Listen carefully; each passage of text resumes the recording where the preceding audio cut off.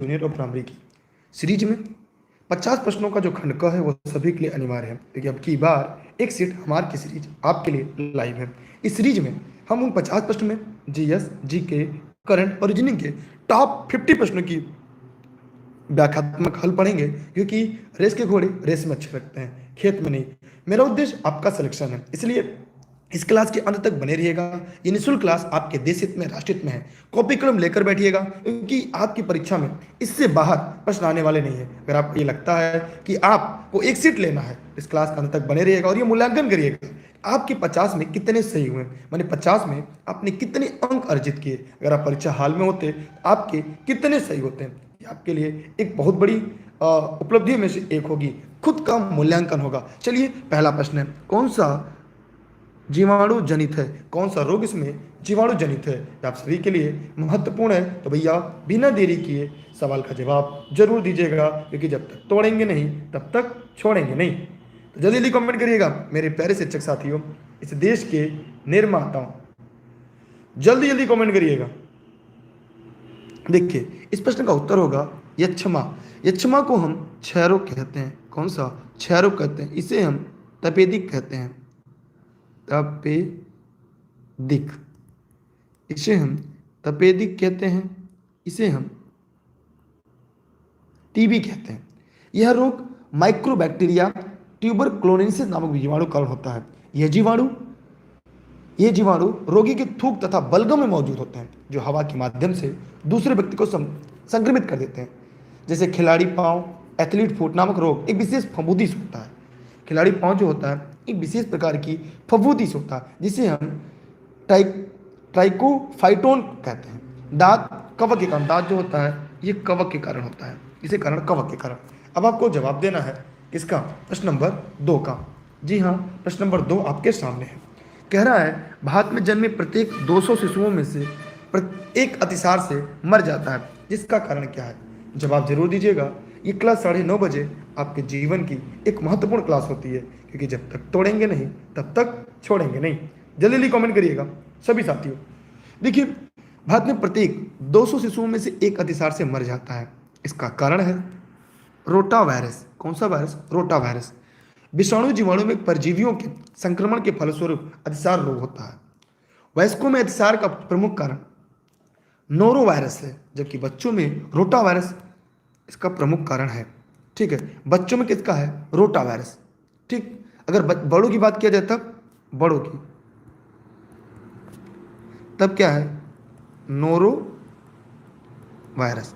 वयस्कों में क्या है? नोरो वायरस, और ये बच्चों में है। ठीक है, रोटा वायरस। आगे चलते हैं अगले प्रश्न की तरफ। वीडियो को अपने सभी साथी मित्रों तक जरूर पहुंचा दीजिएगा, देश हित में, राष्ट्र हित में, क्योंकि ये सीरीज आपके लिए बहुत ही इंपॉर्टेंट है। मानव कलाई में नाड़ी स्पंदन करती है। ये सेट में इतिहास, भूगोल, संविधान, उसके साथ साथ सामान्य विज्ञान, कंप्यूटर, यूपी स्पेशल सभी का समावेशन है। तो जवाब जरूर दीजिएगा। यह होगा उसी दर पर जिस पर हृदय गति करता है, और धमनियों में होने वाली हलचल को नाड़ी कहते हैं। नाड़ी उसी दर पर स्पंदन करती है जिस पर हृदय या दिल धड़कता है। ठीक, चलिए और आगे चलते हैं अगले प्रश्न की तरफ। कोई समस्या हो तो पूछ सकते हैं। कोई दिक्कत, कोई समस्या?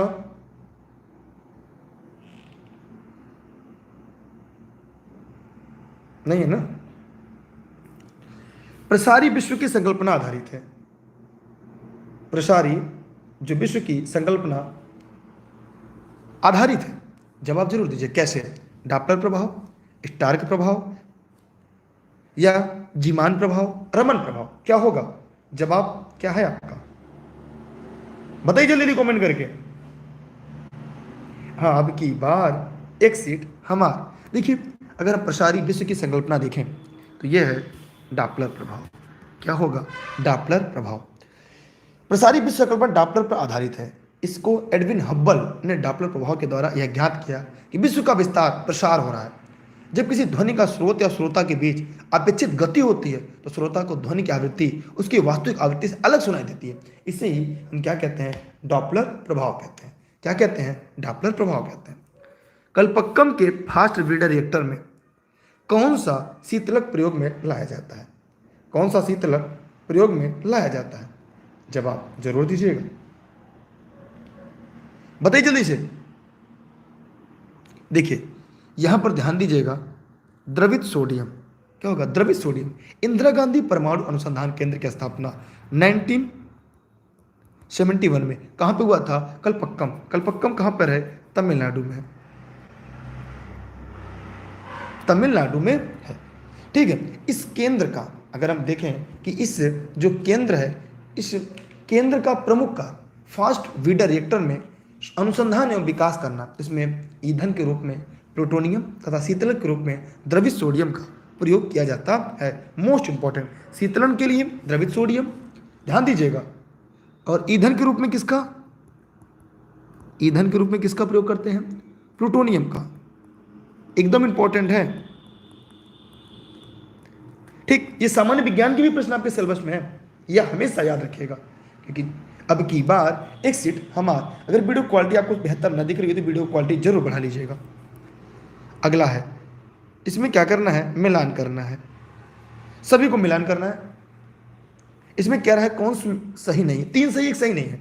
कोबाल्ट 16 शरीर के अंतरंग के अर्बुद का उपचार। आयोडीन 131 थायराइड अवरोध का उपचार, सही है। फास्फोरस 32 श्वेत रक्तता का उत्पाद। लेकिन गोल्ड 198 जो है, यह रेटिना दोष का उपयोग नहीं है। ये किसका है? यह सोने का रेडिएक्टिव आइसोटोप है। इसका प्रयोग कैंसर के उपचार में होता है। किसका? कैंसर के उपचार में इसका प्रयोग किया जाता है। मतलब इस प्रश्न का उत्तर डी जो गलत है वही आपका सही होगा, माने डी इस प्रश्न का सही उत्तर होगा, ठीक। आगे चलते हैं। वाहनों के पीछे दृश्य को देखने के लिए कौन सा दर्पण प्रयुक्त होता है? मोस्ट इंपॉर्टेंट, समतल। समतल तो होता नहीं, क्योंकि दाढ़ी बनाने के लिए उसका प्रयोग करते हैं। अवतल, अवतल में, जी हाँ, हम आपके प्रश्न का सभी जवाब क्लास के अंत में देंगे। बस अभी आप पूरे मनोयोग के साथ पढ़ने पर ध्यान दीजिए, पढ़ने पर फोकस करिए। इस प्रश्न का जवाब आप लोगों ने सही दिया है, उत्तल लेंस। कौन सा लेंस? उत्तल लेंस। ध्यान दीजिएगा, उत्तल दर्पण में प्रत्येक दशा में प्रतिबिंब दर्पण के पीछे उसके ध्रुव और फोकस के बीच वस्तु से छोटा सीधा आभासी बनता है। इसका उपयोग गाड़ी के पीछे के दृश्य को देखने के लिए इसका प्रयोग किया जाता है, इसलिए इस विकल्प का उत्तर भी होगा। ये वे प्रश्न है जो परीक्षा में हुबहू आएंगे, इसलिए जो लोग इस वीडियो को देखेंगे, यकीन मानिए परीक्षा हाल से बाहर निकलेंगे तो एक बार जरूर कहेंगे e learning with Durgesh is best. GS के मामले में जो मैं स्वयं पढ़ाता हूं, निम्नलिखित कौन सा सही नहीं है? 3 सही है और 1 सही नहीं है, और आपको यही बताना है कि कौन सा सही नहीं है। बताइए, बताइए जल्दी जल्दी कमेंट करके। यार वीडियो को शेयर कर दीजिए, सभी साथी, चाहे फेसबुक पे, यूट्यूब पे, जहां भी देख रहे हैं, शेयर जरूर करिए, शेयर जरूर करिएगा। प्रश्न नंबर 8, मृत क्षण एक प्रकाशिक भ्रम है जो प्रकाश के पूर्णांतर से उत्पन्न होता है, सही बात। अगला, सर्च लाइट में अवतल दर्पण प्रयुक्त होता है, सही बात। गर्मी में सामान्यतः सफेद हल्के रंग के कपड़े गाढ़े रंग के कपड़े की तुलना में विश्वसनीय माने जाते हैं, सही बात। यह गलत। एक छोटे छिद्र वाला उत्तल दर्पण डॉक्टरों द्वारा रोगियों को कान, नाक या गले की जांच के लिए प्रयोग किया जाता है, यह गलत है। इसका मतलब इस सारे प्रश्न का उत्तर क्या होगा? डी होगा। क्लियर? कोई समस्या हो, कोई प्रश्न हो तो पूछ सकते हैं। हाँ, तबीयत बहुत अच्छी नहीं है, लेकिन आपकी क्लास के लिए हम लाइव आ गए हैं। थैंक यू आपका। कम से कम आप लोग को याद है कि तबीयत सही नहीं है, लेकिन मेरी तबीयत से ज़्यादा आपका करियर और आपके माँ बाप और आपका सपना है। इसलिए तबीयत सही हो सकती है, लेकिन अगर आपका समय चला गया तो परीक्षा आज से चंद दिनों के बाद है। तो इसलिए तबीयत सही हो सकती है, लेकिन आपका करियर जाने के बाद शायद जिंदगी अगला मौका दे या न दे, कहा नहीं जा सकता। हम बढ़ते हैं अगले प्रश्न की तरफ। अगला प्रश्न आपके सामने, किस युग्म की बीमारियों का कारण विषाणु है?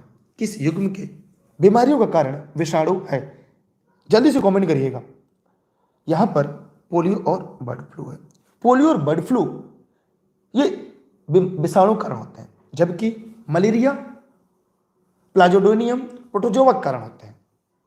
फिर अगर हम तपोदिक, जिसे हम तपोदिक रोग, जिसे हम टीबी कहते हैं, क्षय रोग कहते हैं, ये माइक्रोबैक्टीरियम की वजह से ट्यूबरकुलोसिस नामक जीवाणु के कारण होता है। हम प्रश्न नंबर 10 की तरफ बढ़ते हैं।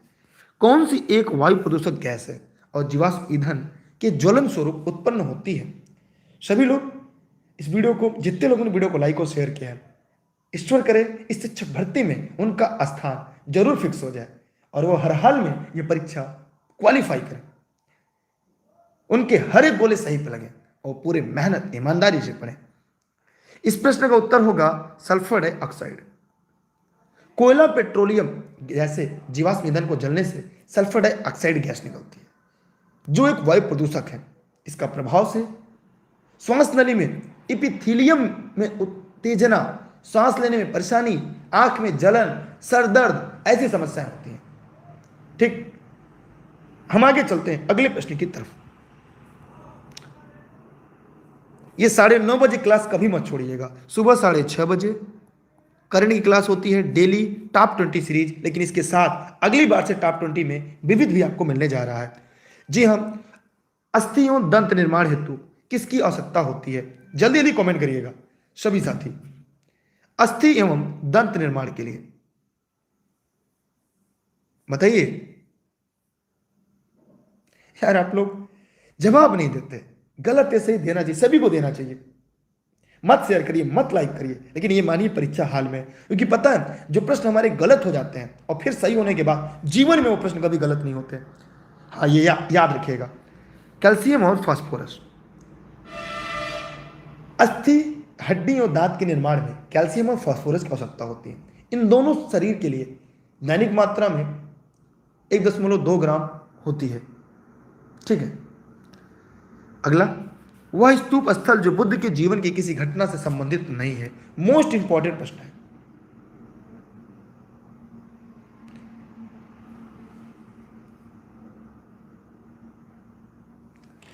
जल्दी कमेंट करके बताइएगा सभी साथी।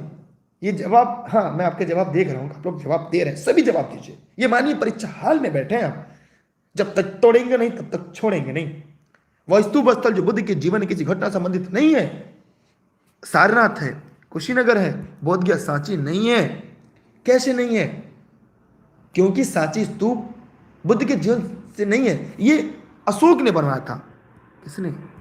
सम्राट अशोक ने बनवाया था। यहां पे अशोक के स्तंभ लेख मिले। क्या है? अशोक के स्तंभ लेख मिले यहां पे।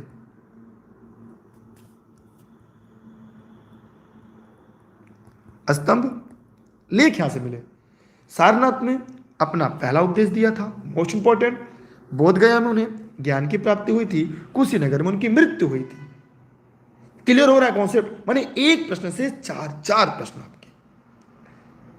ये उत्तर प्रदेश, बोध गया, बिहार, सांची, एमपी। सोचिए कितने प्रश्न मैंने आपके यहां से तैयार करा दिए। क्लियर हो रहा है ना? ये ऐसे परीक्षा में आएगा हुबहू प्रश्न।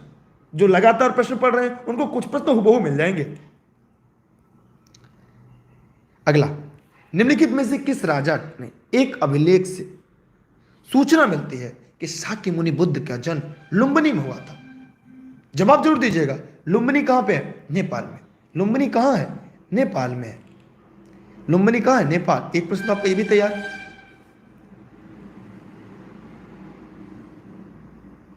और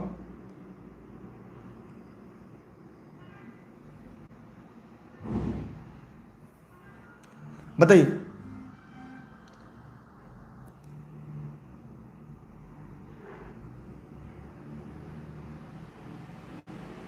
देखिए, अशोक, एकदम सही आप लोगों ने जवाब दिया है। ये मौर्य सम्राट थे। रुमनदेई अभिलेख कौन सी?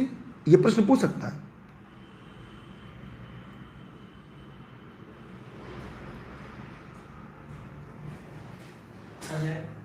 शेयर किया रुमनदेई, हमने शेयर किया था। रुमनदेई अभिलेख है। ठीक है, इसमें शाक्य मुनि बुद्ध का जन्म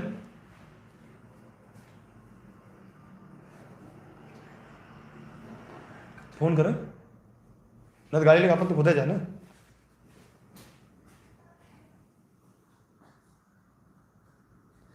रुमनदेई। अगला है 14। निम्नलिखित में से किसने 4 अश्वमेध यज्ञ किए थे? सभी लोग फटाफट कमेंट करें। पुष्मित सुंग, प्रवर सेन, समुद्रगुप्त, हमने शेयर किया सही है, समुद्रगुप्त, कुमारगुप्त, क्या होगा? प्रश्न नंबर 14 ये होगा प्रवर सेन। प्रवर सेन क्या? ये वाकाटक वंश में प्रवर सेन प्रथम एकमात्र शासक था जैसे सम्राट की उपाधि धारण की। पुराणों से पता चलता है प्रवर सेन प्रथम 4 अश्वमेध यज्ञ, एक वाजपेय यज्ञ का अनुष्ठान किया था। अगला 15 कौन सा रथ मंदिर सबसे छोटा है? मोस्ट इंपॉर्टेंट, कौन सा रथ मंदिर सबसे छोटा है? जवाब जरूर दीजिएगा, चाहे इसे फेसबुक पे देख रहे हैं चाहे यूट्यूब पे देख रहे हैं। जब तक तोड़ेंगे नहीं तब तक छोड़ेंगे नहीं। बताइए, जो ग्रुप बचाओ वो उसमें शेयर कर लीजिए।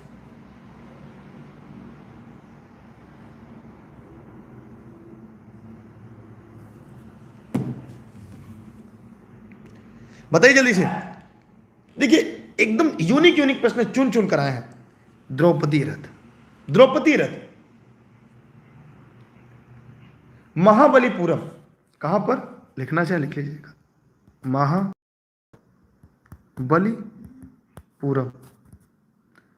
इसको मामल्लपुरम भी कहते हैं।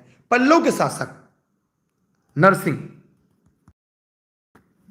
किसके? पल्लव शासक, ठीक है। ने महापल्लव ने या नरसिंह वर्मन फर्स्ट लिखना चाहिए लिख लीजिए, नरसिंह वर्मन फर्स्ट ने शैली में रथ एकाश्म मंदिर का निर्माण कराया था। इसे में द्रौपदी रथ सबसे छोटा है। कौन सा? एकाश्मक मंदिर। ऐसे हम आप लोग को उस क्लास में जरूर पढ़ा देंगे।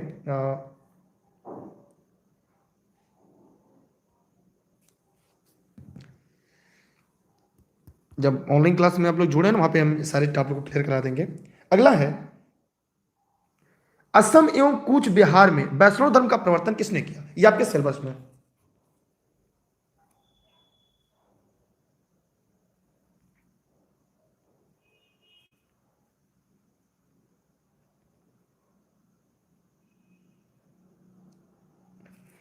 जल्दी जवाब दीजिएगा। असम में कूच बिहार में वैष्णव धर्म प्रवर्तन किसने किया? सभी लोग को जवाब जरूर आना चाहिए। शंकर देव ने। किसने? शंकर देव ने। 12वीं शताब्दी असम कूच बिहार के महान वैष्णव धर्म संत थे। इन्होंने असम में प्रचलित तांत्रिक शाक्य मत का विरोध कर वैष्णव धर्म की शुरुआत की। घड़ी अथवा गृहकर लगाने वाला दिल्ली का पहला सुल्तान कौन था?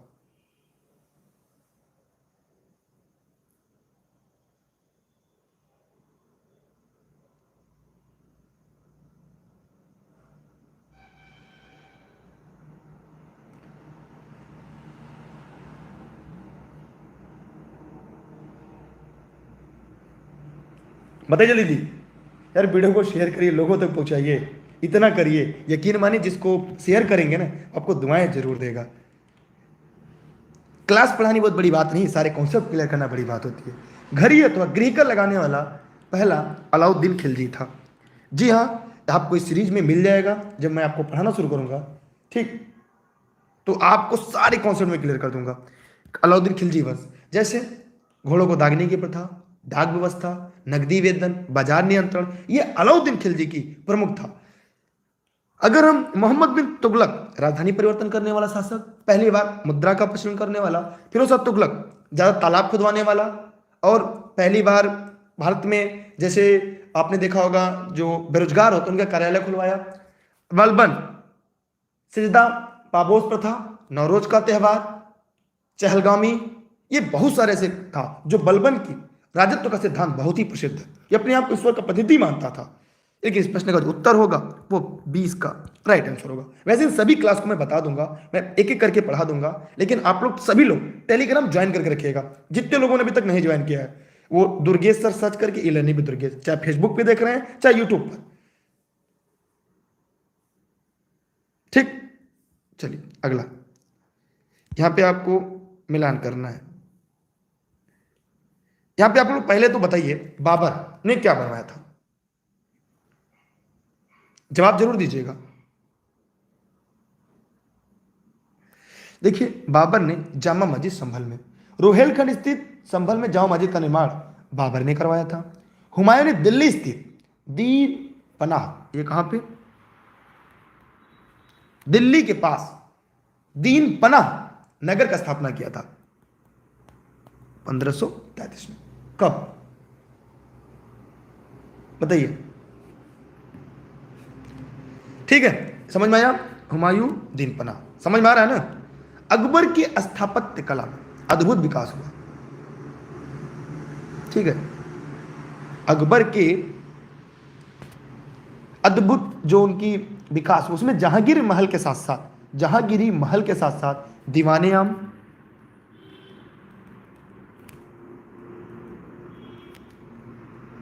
दीवाने खास, लिख लीजिएगा, सिलेक्शन दिलाने वाले प्रश्न हैं। पंचमहल,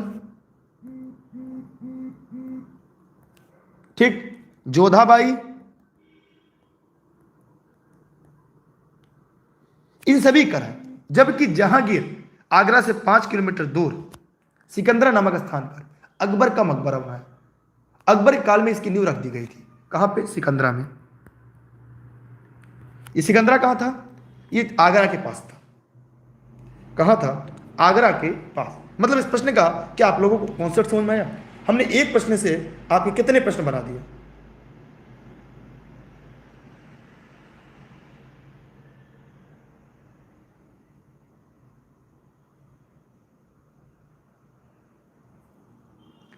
ठीक है, मैं आगे बढ़ा अगले प्रश्न की तरफ। अगला आपके सामने प्रश्न है, कौन सा हैदराबाद के स्वतंत्र राज्य के संस्थापक है? जल्दी से कौन बताइएगा।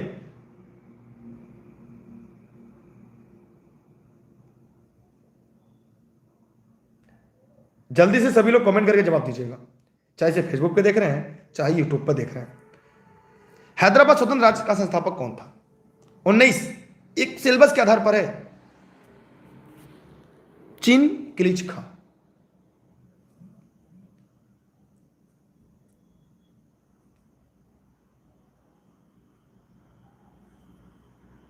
बताइए, यहां पे मैंने आपको बताया ना, हैदराबाद स्वतंत्र राज्य की स्थापना चीन किलिचीन खां निजाम उल मुल्क आसफ जाह ने की थी। ठीक है, बड़ा लंबा नाम है। लॉर्ड कॉर्नवालिस की कब्र कहां स्थित है?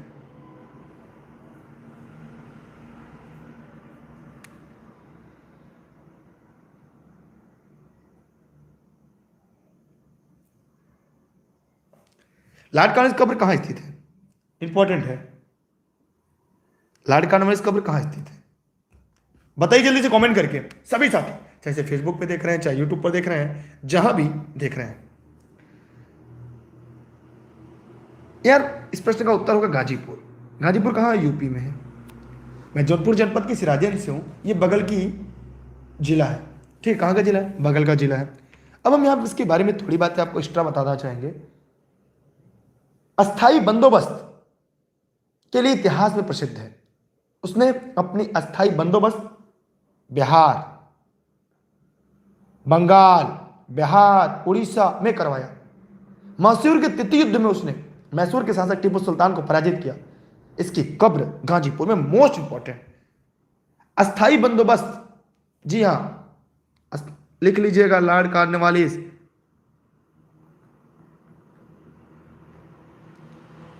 परीक्षा में प्रश्न आएगा, ये मत कहिएगा दुर्गेश सर ने नहीं पढ़ाया था। ठीक है, फिर ये हम नहीं सुनेंगे कि दुर्गेश सर आपने नहीं पढ़ाया था। पढ़ लीजिए, हूबहू प्रश्न आएंगे, आपको एक एक स्क्रीनशॉट उपलब्ध कराएंगे जब परीक्षा पेपर देकर बाहर निकलेंगे। एक अनुभव सबसे बड़ी चीज है। यूट्यूब पर बहुत सारे शिक्षक पढ़ाते हैं, क्या आपको पता है कभी वो टेट सीटेट या कोई परीक्षा पास है? कभी जरा पूछिएगा, तो आपको यह स्पष्ट होगा कि वास्तव में क्लास किसकी पढ़नी चाहिए। अगला, सहायक संधि किसके काल में क्रियान्वित किया गया? प्रश्न नंबर 21, यह था Lord Wellesley. Lord Wellesley Bharat का गवर्नर जनरल, एक कंपनी को भारत की सबसे बड़ी शक्ति के रूप में स्थापित करना चाहता था। इसने भारत के राज्यों को कंपनी के अधीन लाने के लिए सहायक संधि प्रणाली उपयोग किया। वेलेजली के से पहले सहायक संधि का प्रयोग डुप्ले ने किया था। किसने किया था? इनसे पहले किसने किया था? डुप्ले ने। ये गवर्नर था, कहाँ का? फ्रांसीसी था, ये फ्रांस का गवर्नर। इसने इसके पहले इसने प्रयोग किया था। ठीक है,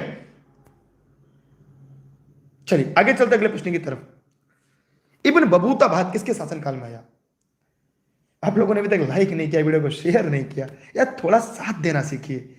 यकीन मानिए ईश्वर आपके साथ खड़ा रहेगा। अच्छी चीजों को लोगों तक पहुंचाइए। अगर आप संतुष्ट है कि वास्तव में क्लास बेहतर चल रहा है। इब्न बतूता भारत किसके शासनकाल में है? इब्न बतूता मोहम्मद बिन तुगलक के शासनकाल में है। और सबसे बड़ी बात, यह मोरक्को का शासक निवासी था और यहां का सुल्तान मोहम्मद बिन तुगलक ने इसे काजी बताया और इसने रहला नामक पुस्तक लिखी। रहला बहुत ही इंपॉर्टेंट है, पूछता रहला पुस्तक किसने लिखा? इब्न बतूता ने लिखा था। और इसे क्या बना, काजी बनाया गया था। ये मोरक्को का निवासी था। इसे जेल भी होती है, आगे मैं बाद में बताऊंगा, जब हम लोग हिस्ट्री पढ़ेंगे तो बताएंगे। इसे जेल भी हो जाती, कैसे होती है वो मैं आपके बताऊंगा। प्रश्न नंबर 23 आपके सामने है, जवाब जरूर दीजिएगा। बंगाल का विभाजन करने वाले गवर्नर जनरल कौन है? कौन था? बताइए बताइए। देखिए, बंगाल का विभाजन करने वाला गवर्नर जनरल कौन था? यकीन मानिए परीक्षा के बाहर जब निकलेंगे तो इलानी दुर्गेश की याद जरूर आएगी आपको कि काश आपकी सारी क्लासेस पढ़ी होती। अगर प्रश्न नंबर 23 की बात करें तो एकदम इंपॉर्टेंट है, लॉर्ड कर्जन। कौन होगा? Lord Curzon. Lord Curzon Bengal विभाजन कब? 1905। मोस्ट इंपॉर्टेंट ये पूछता 1905 किसके लिए प्रसिद्ध है? बंगाल विभाजन के लिए है। प्रशासनिक असुविधा का तर्क दिया था। बंगाल, बिहार, उड़ीसा जो आज बांग्लादेश के हिस्से हुआ थे। कर्जन का बंगाल विभाजन फूट डालो और राज करो की नीति के तहत थी। कैसे?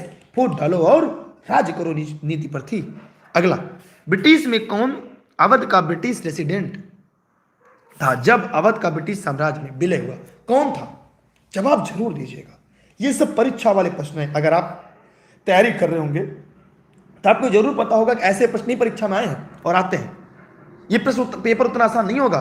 यहां पर क्या होगा? प्रश्न नंबर 24, जेम्स आउट्रम, ये लॉर्ड डलहौजी का कुशासन का आरोप लगाकर अवध राज्य को ब्रिटिश साम्राज्य में विलय कर लिया। उस समय अवध का ब्रिटिश रेसिडेंस जेम्स आउट्रम था। किसके समय? लॉर्ड डलहौजी। डॉक्टर रेलवे बंग भंग 1905, सही है। भारतीय राष्ट्रीय कांग्रेस की स्थापना के समय भारत का वायसराय कौन था? मोस्ट इंपॉर्टेंट है। जब तक तोड़ेंगे नहीं तब तक छोड़ेंगे नहीं, क्योंकि स्थापना 1885 में हुई थी। 1885 में भारत का वायसराय कौन था? कर हर हर मैदान फतेह, अब की बार एक सीट हमार। प्रश्न number 25, Lord Dufferin. Lord Dufferin था 1884 से 88 तक। लॉर्ड डफरिन, राष्ट्रीय कांग्रेस की स्थापना इसी समय हुई थी। आंग्ल वर्मा तीसरा युद्ध भी लड़ा गया था जिसमें वर्मियों को पराजय हुई थी। चलिए 26 कह रहा है, भारतीय राष्ट्रीय कांग्रेस के अधिवेशनों में किसने कांग्रेस का लक्ष्य पूर्ण स्वराज घोषित किया? पूर्ण स्वराज किसने घोषित किया?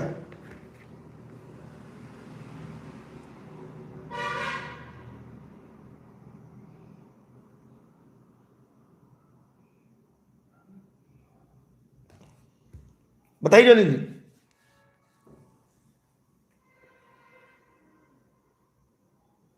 प्रश्न नंबर 26, लाहौर 1929 में। इसमें भारतीय राज्य कांग्रेस ने जो लाहौर में अधिवेशन 1929 में किया, इसमें पूर्ण स्वराज का लक्ष्य रखा गया। और फिर कांग्रेस एक नियुक्त एक कार्य समिति ने 1930 जनवरी में भी प्रस्तुत किया। प्रत्येक वर्ष इसीलिए 26 जनवरी को पूर्ण स्वाधीनता दिवस के रूप में मनाए जाने की बात कही गई। इसके कारण आधुनिक भारत के इतिहास में 26 जनवरी 1930 को प्रथम स्वतंत्रता दिवस के रूप में मनाया गया। कब? 26 जनवरी 1930 को भारत के इतिहास में, आधुनिक भारत के इतिहास में 26 जनवरी 1930 को प्रथम स्वतंत्रता दिवस के रूप में मनाया गया। यहीं से पूर्ण स्वाधीनता दिवस के रूप में मनाए जाने की बात कही गई। चौरी चौरा घटना के समय महात्मा गांधी कहां थे? बताइए जल्दी से कमेंट करके। चौरी चौरा कहां हुआ था? गोरखपुर में। एक प्रश्न, गोरखपुर कहां पे है? यूपी में है। कब हुआ था? 5 फरवरी। किस साल? 1922। देखिए प्रश्न में प्रश्न बन रहे हैं। बारदोली में थे महात्मा गांधी। कहां पे थे? बारदोली। बारदोली कहां पर है? गुजरात। इस घटना से दुखी होकर गांधी जी ने कौन सा असहयोग आंदोलन स्थगित कर दिया? बापू जी इस घटना से दुखी होकर असहयोग जो उनका आंदोलन चल रहा था उसे स्थगित कर दिया। सोचिए कितने प्रश्न हम आपके सामने बना के ला रहे हैं ताकि आप इस भर्ती में अपना स्थान जरूर फिक्स करें। वीडियो को जितने लोगों ने लाइक और शेयर किया, यकीन मानिए उन लोगों ने जितने बेस्ट कर रहे हैं परीक्षा में ऐसे ही प्रश्न आने वाले हैं। आप साथ दीजिए, हम आपको परिणाम देंगे। बस साथ दीजिए, कुछ मत करिए, मेरी मेहनत को लोगों तक पहुंचाइए अगर आप इससे संतुष्ट हो। भारतीय राष्ट्रीय कांग्रेस से संबंधित घटनाओं को विचार कीजिए। कालानुक्रम में रखना है तो चलिए मैं सारा कालाक्रम बना दे रहा हूं। 1929 का भारतीय राष्ट्रीय कांग्रेस का जो लाहौर अधिवेशन हुआ था, ये तो आपको डेट पता ही है। स्वाधीनता की मांग की गई थी। गांधी इरविन समझौता मोस्ट इंपॉर्टेंट 5 मार्च 1931 रट लीजिए। ये 1929 में था। भारतीय राष्ट्रीय कांग्रेस का कराची अधिवेशन कब हुआ? यह 29 मार्च 1931। राजगुरु को फांसी 23 मार्च। राजगुरु, सुखदेव, भगत सिंह 23 मार्च 1931। अब इसको क्रम से सजाना आपके। हाँ, बारदौली की महिलाओं ने सरदार की उपाधि दी थी वल्लभ भाई पटेल को। इसका उत्तर क्या होगा? अब अपनी सजा लीजिएगा, ये आपका काम है। मेरा काम जो था मैंने निपटा दिया, अब बाकी आपकी जिम्मेदारी है। आप कितना हद तक इस क्लास को सपोर्ट करते हैं। 9:30 बजे मोबाइल में अलार्म लगा के रखते हैं आप। अगला है, निम्नलिखित में से कौन चंपारण सत्याग्रह के संबंध में सही नहीं है? चंपारण सत्याग्रह के संबंध में सही नहीं है। जवाब जरूर दीजिएगा आप सब, हम आपके जवाब की प्रतीक्षा करेंगे, क्योंकि जब तक तोड़ेंगे नहीं तब तक छोड़ेंगे नहीं, चाहे कुछ भी हो जाए। चलिए 29 की बात करते हैं। यहां पर यह किसान से जुड़ा था, सही बात। यह 3 कठिया प्रथा के विरुद्ध संचालित किया गया, most important. Doctor Rajendra Prasad जेबी कृपलानी इसमें मुंशी का सहयोग दिया, सही है। यह प्रथम आंदोलन था जिसमें इनके गांधी संपूर्ण भारत के अस्तित्व की जी नहीं। यह प्रथम आंदोलन जरूर था। ये चंपारण सत्याग्रह 1917 में गांधी जी के आने के बाद पहला आंदोलन था, किसानों से जुड़ा था। 3 कठिया प्रथा के विरुद्ध किया गया था। इसमें महात्मा गांधी के सहयोग के राजेंद्र प्रसाद, जेबी कृपलानी। असहयोग आंदोलन गांधी जी द्वारा प्रारंभ किया गया, प्रथम आंदोलन था जो भारत स्तर पर चला। अगर पूछा भारत स्तर पर कौन सा आंदोलन चला, वह था असहयोग।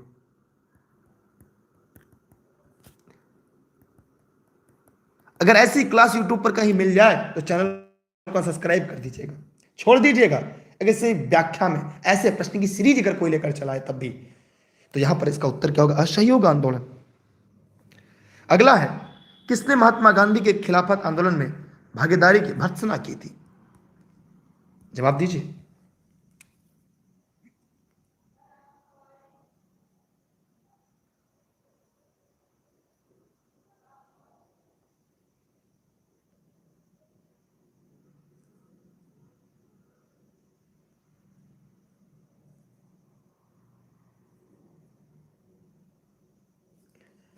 ठीक है, चलिए चलिए यहां पे ध्यान दीजिएगा। प्रश्न नंबर 30 का जवाब मोहम्मद अली जिन्ना। महात्मा गांधी के धार्मिक नेताओं द्वारा प्रारंभ खिलाफत आंदोलन में भागीदारी की भर्त्सना की। उन्होंने गांधी जी को राजनीतिक धर्म को न लाने की सलाह दी थी, राजनीति में धर्म न लाने की सलाह दी थी। अगला, क्रांतिकारी काल लोकप्रिय पत्रिकाओं में से कौन अनेक कारणों से कांग्रेस की आलोचना करती है? जवाब दीजिएगा।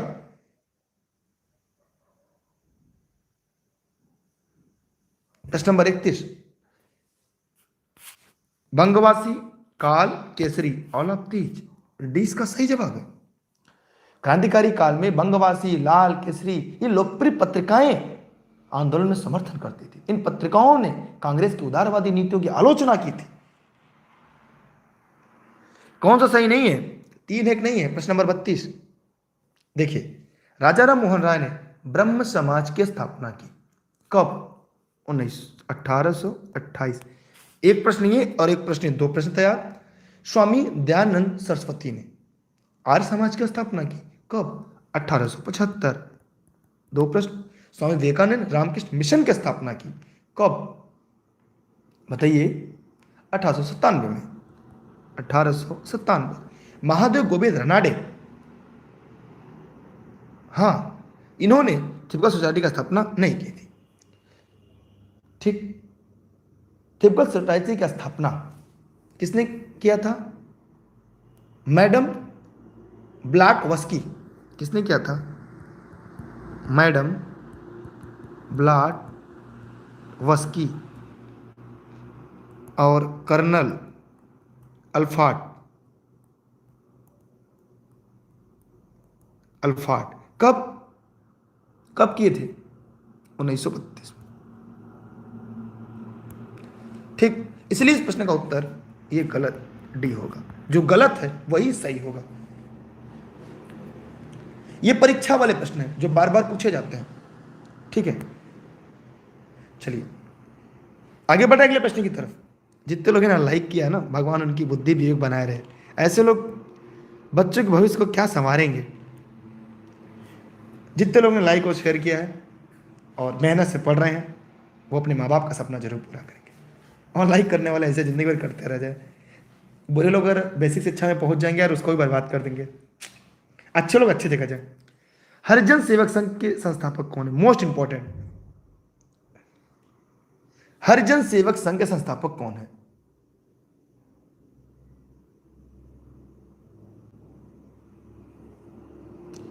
प्रथम अध्यक्ष कौन थे?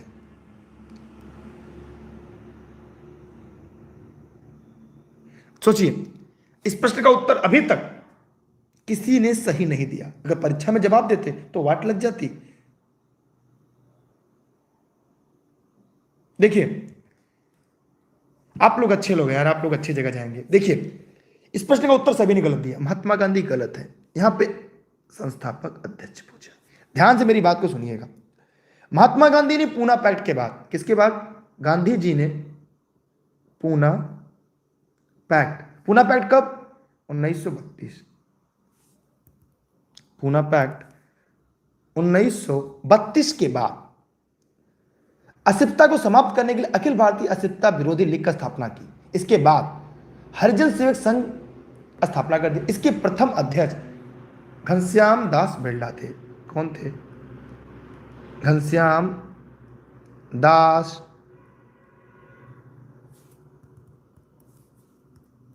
बिरला। कौन थे? घनश्याम दास बिरला। ठीक है, मेरी बात को ध्यान समझिएगा। महात्मा गांधी ने पूना पैक्ट 1932 के बाद अस्पृश्यता को समाप्त करने के लिए अखिल भारतीय अस्पृश्यता विरोधी लीग की स्थापना की। इसके बाद इसका नाम हरिजन सेवक संघ रख दिया।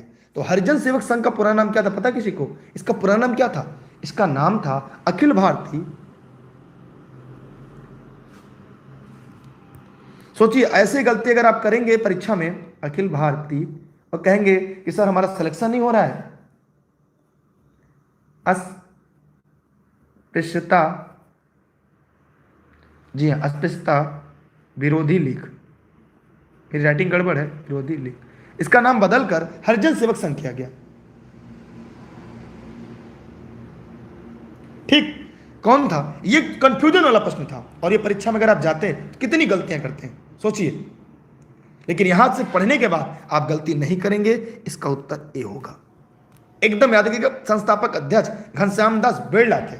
इसका पुराना नाम अखिल भारतीय अस्पृश्यता विरोधी लीग था, जिसका नाम आगे चलकर बदलकर हरिजन सेवक संघ कर दिया गया। इसके पहले संस्थापक अध्यक्ष घनश्याम दास बिरला चुने गए।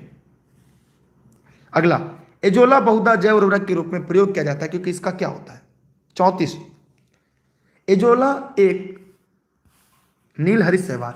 एजोला क्या है? एक जली फर्न है। क्या है? जली फर्न है। इसकी जड़ों में एनाबीन रहता है, नाइट्रोजन स्थिरीकरण करता है। धान की खेती में एलोवेरा का प्रयोग उर्वरक के रूप में किया जाता है। एलोजा एक सहचारी नील हरित शैवाल होता है। अगला, निपेथनीस खासियाना घटपर्णी नामक दुर्लभ एवं आपाती पौधा कहां पाया जाता है? जी हां, आप लोगों ने एकदम सही बताया। जवाब जरूर दीजिएगा, क्योंकि जब तक तोड़ेंगे नहीं तब तक छोड़ेंगे नहीं। ऑनलाइन क्लास या नोट्स के संबंध में अगर कोई जानकारी चाहिए, इस नंबर पर ले सकते हैं जानकारी, जहां पर आपकी क्रैश कोर्स उपलब्ध है। मेरी क्लास एज ए गेस्ट के रूप में निःशुल्क देश हित में राष्ट्र हित में होती है। जौनपुर जनपद के सिराजे हिंद से, मेघालय। मेघालय इसका सही जवाब है। प्रश्न नंबर 35, मेघालय की गारो खासी जयंतिया पहाड़ी में निपेथनिस खसियाना, जिसे घटपर्णी एक वृक्ष पाया जाता है। ये कीड़भक्षी पौधा है। कैसा है? कीड़भक्षी पौधा है। सभी के सही थे। अगला, अफीम। अगला है अफीम पोस्ट पौधे। अफीम पोस्ट पौधे के किस भाग से प्राप्त होते हैं? पौधे के किस भाग से प्राप्त होते हैं? 36, ये अधपके फल, अधपके फल से अफीम प्राप्त किया जाता है। पोस्त के, ये पोस्त क्या होता है? पौधा है कि अधपके फल से अफीम प्राप्त किया जाता है। पत्तियां पौधों के लिए भोजन बनाती हैं, रंध्र सहायता में श्वसन करती हैं। निम्नलिखित मसालों में कौन सी एक पुष्पकलिका होती है?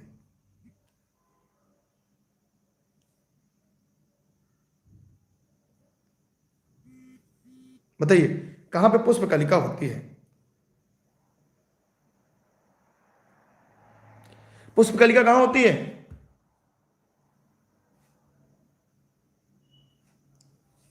बताइए। 37, लौंग में। मसालों में लौंग, काली मिर्च, हल्दी, लौंग पुष्पकलिका होती है। हल्दी भूमिगत रूपांतरण होता है। चलिए और आगे चलते हैं और अगले प्रश्न की तरफ। कौन सा पादप हार्मोन्स नहीं है? नकारात्मक प्रश्न है, 3 है और 1 नहीं है, और आपको यही बताना है कौन सा नहीं है। बताइए जल्दी से कमेंट करके।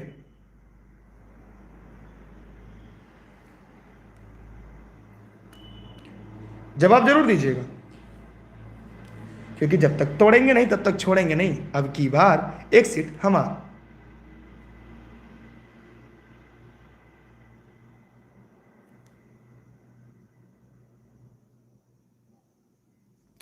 चलिए 38 में आप लोग देखते हैं क्या होगा। साइटोकाइलिन, इथिलीन, जिब्रालिन, इंसुलिन नहीं है, इसलिए यही क्या होगा?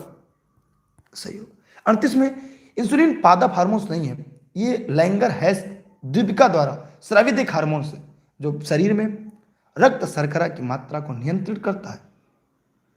ठीक है,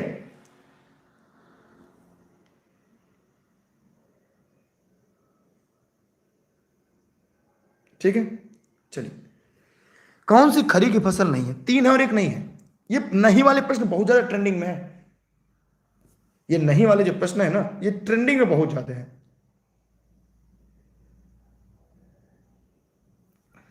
बताइए क्या होगा? अरहर है, मक्का है, धान है, चना नहीं है। ये रबी की फसल है। ठीक, रबी गेहूं, चना, सरसों, मटर आते हैं। खरीफ में धान, मक्का, अरहर आते हैं। शमाना का सबसे ज्यादा विस्तार क्या है? 40 नंबर। ठीक है, जवाब दीजिए जल्दी जल्दी।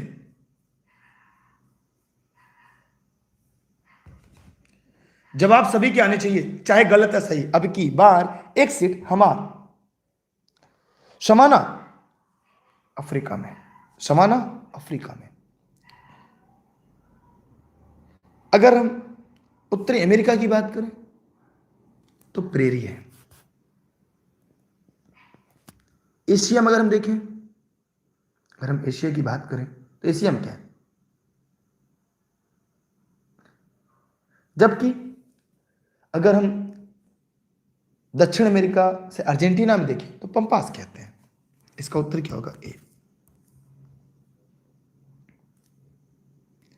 अगला, कौन सा देश गैसोहाल का सबसे बड़ा उत्पादक और उपभोक्ता है?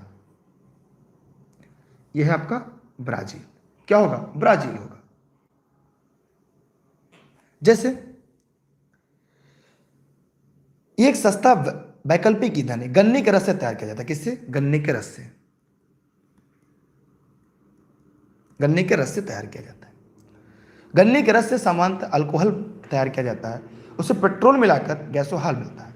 इससे प्रदूषण नहीं होता और पेट्रोल की 4% तक बचत हो जाती है। हरित क्रांति का संबंध किससे है? खाद्यान्न। श्वेत क्रांति दूध। पीत क्रांति तिलहन। नीली क्रांति मत्स्य। बस आसान सा प्रश्न है, यह आपको पता होना चाहिए। आगे बढ़ अगले प्रश्न की तरफ। ये क्लास की जो पीडीएफ आपको टेलीग्राम पर मिलेगी, सभी लोग टेलीग्राम पर दुर्गेश सर सर्च करके ई लर्निंग विद दुर्गेश पर जुड़ जाएंगे। इसकी क्लास की जो इंपॉर्टेंट पीडीएफ होगी और Facebook page e learning with Durgesh दोनों पर उपलब्ध करा दिया जाएगा। ये क्लास प्रत्येक रात 9:30 बजे ई लर्निंग विद दुर्गेश पर लाइव चलती है। करंट की और विविध की पीडीएफ डेली आपको मिलती है, उसकी क्लास सुबह 6:30 बजे ई लर्निंग विद दुर्गेश पर लाइव रहती है। बाकी क्लास पूरे दिन चलती है, जिसमें भाषा शिक्षण, गणित, विज्ञान, साथ ही साथ एसएसटी सभी classes e learning with Durgesh पर उपलब्ध है क्रैश कोर्स के रूप में। चाहे तो जुड़ सकते हैं। किस फसल के अंतर्गत सर्वाधिक क्षेत्रफल है? 43। धान। धान भारत की फसल सर्वाधिक किसी क्षेत्र में। चावल भारत की प्रमुख खाद्य फसल है, जबकि गेहूं दूसरा। ये पहला है और ये दूसरा है। ठीक। अमन धान उगाया जाता है। अमन धान उगाया जाता है नवंबर दिसंबर में, जाड़े में। ठीक है। निम्नलिखित में कौन सा एक व्यय भारत की संचित निधि भारित नहीं है? 3 है और 1 नहीं है, जवाब जरूर दीजिएगा। 3 है और 1 नहीं है। भारत के मुख्य न्यायाधीश का वेतन मिलता है, नियंत्रक मालिका परीक्षक का मिलता है, प्रधानमंत्री वेतन भत्ता नहीं मिलता क्योंकि लोकसभा का सदस्य राज्यसभा का सदस्य होता है, सर्वोच्च आयोग के अध्यक्ष के वेतन भत्ते हैं। इस प्रश्न का उत्तर सी, जो गलत है वही सही होगा। इसलिए याद रखिए, ये सारे यूनिक प्रश्न हैं जो बार बार आपकी परीक्षा में पूछे जाते हैं और हम उन्हीं सीरीजों को लेकर आते हैं ताकि आपके परीक्षा में हुबहू यहां से प्रश्न फंसे।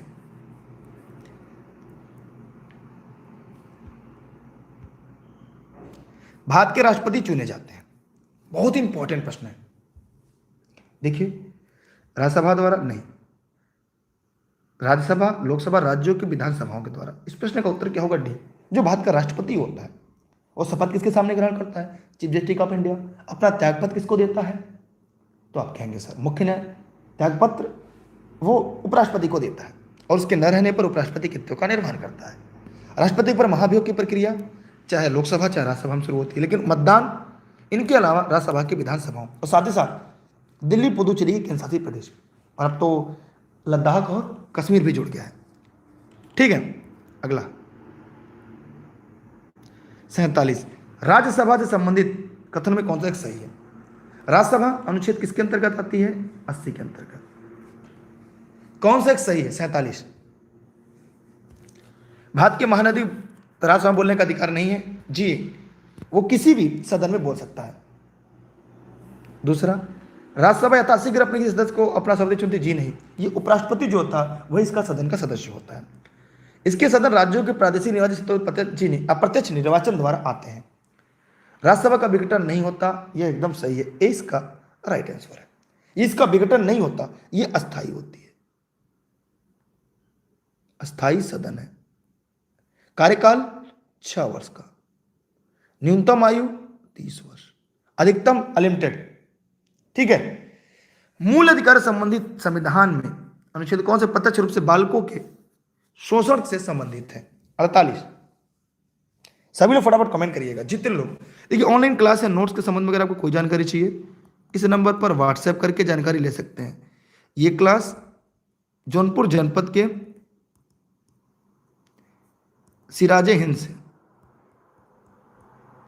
मेरे द्वारा निःशुल्क है और बाकी जानकारी ले सकते हैं। देखिए, 17 क्या है? अस्पृश्यता का अंत है। 19 फ्रीडम ऑफ स्पीच है। 24 और 25 तो 24 इसका सही जवाब होगा। 25 क्या है? अंतःकरण के धर्म के अबाध रूप से मानने, आचरण करने, प्रसार करने की स्वतंत्रता है। किसमें? 25 में।